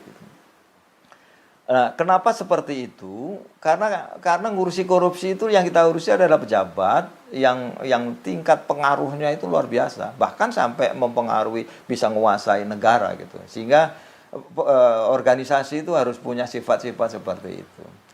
Dengan adanya undang-undang yang baru, KPK tidak bisa merekrut pegawai dengan karakter yang sesuai dengan KPK. Itu yang paling utama. Nggak bisa lagi. Kalau abang hari ini masih di kepolisian, pangkatnya sudah apa? Teman-teman saya itu Januari kemarin itu sudah komisaris besar, Kombes Pol. Setelah memilih KPK dan dinyatakan tidak lulus tes wawasan kebangsaan, apakah abang menyesal pernah meninggalkan kepolisian? Sebetulnya tidak pernah ada penyesalan karena sebetulnya itu adalah pilihan hidup ya. Ini di keluarga saya juga begitu.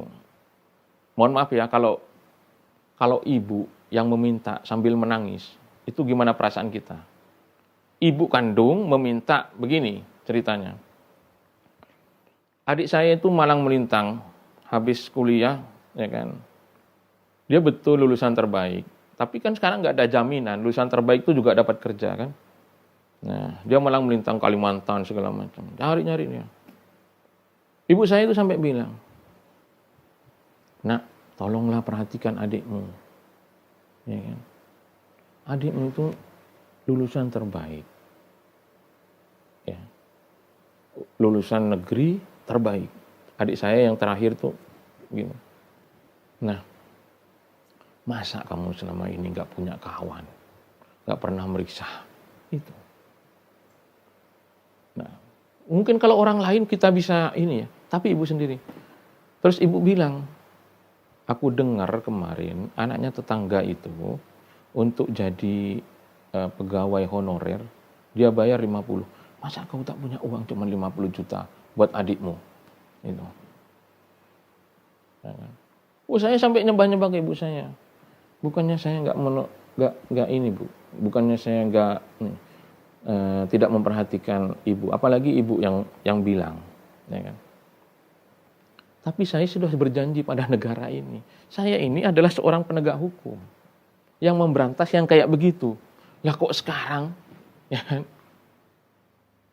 Ibu mungkin dengan bahasa yang lain dia ya, dengan bahasa yang udah mungkin juga ibu saya sudah mungkin dari saking ininya putus asa juga gitu.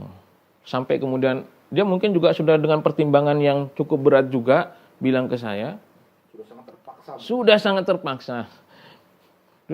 Makanya saya kemudian bilang ke ibu, ya kan, adik saya itu pasti punya rezeki yang lain gitu. Ya kita kan harus arif juga Mas menjelaskannya itu, apalagi orang tua ya. Nah, karena kayak begitu ibu itu berapa kali ya? 3-4 kali lah lebih. Tapi lambat laun ibu saya itu mengerti. Bahkan ibu saya sekarang ini sampai pada tahap ketika ada orang itu minta nomor handphone saya, ya kan? Baik oleh saudara saudara terdekatnya juga. Ibu saya gak akan ngasih.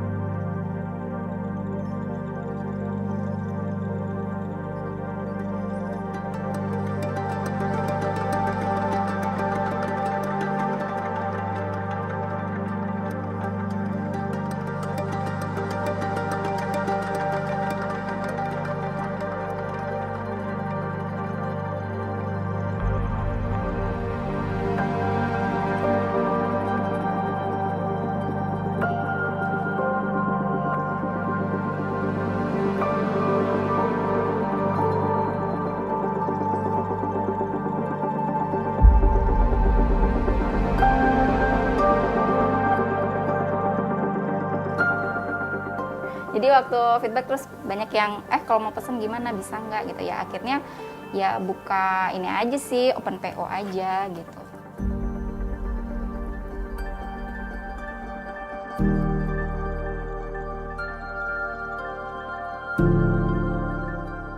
Upacara pelantikan dan pengambilan sumpah janji pegawai negeri sipil Komisi Pemberantasan Korupsi Selasa 1 Juni 2021 dimulai.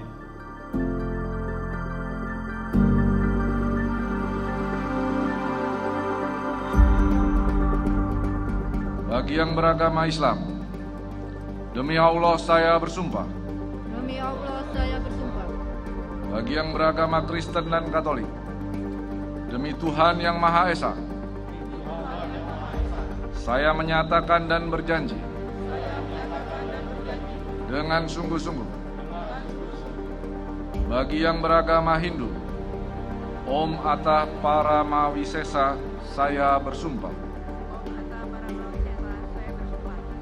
bersama-sama bahwa saya untuk diangkat menjadi pegawai negeri sipil akan setia dan taat sepenuhnya kepada Pancasila, Undang-Undang Dasar Negara Republik Indonesia tahun 1945, negara dan pemerintah, bahwa saya akan mentaati segala peraturan perundang-undangan yang berlaku,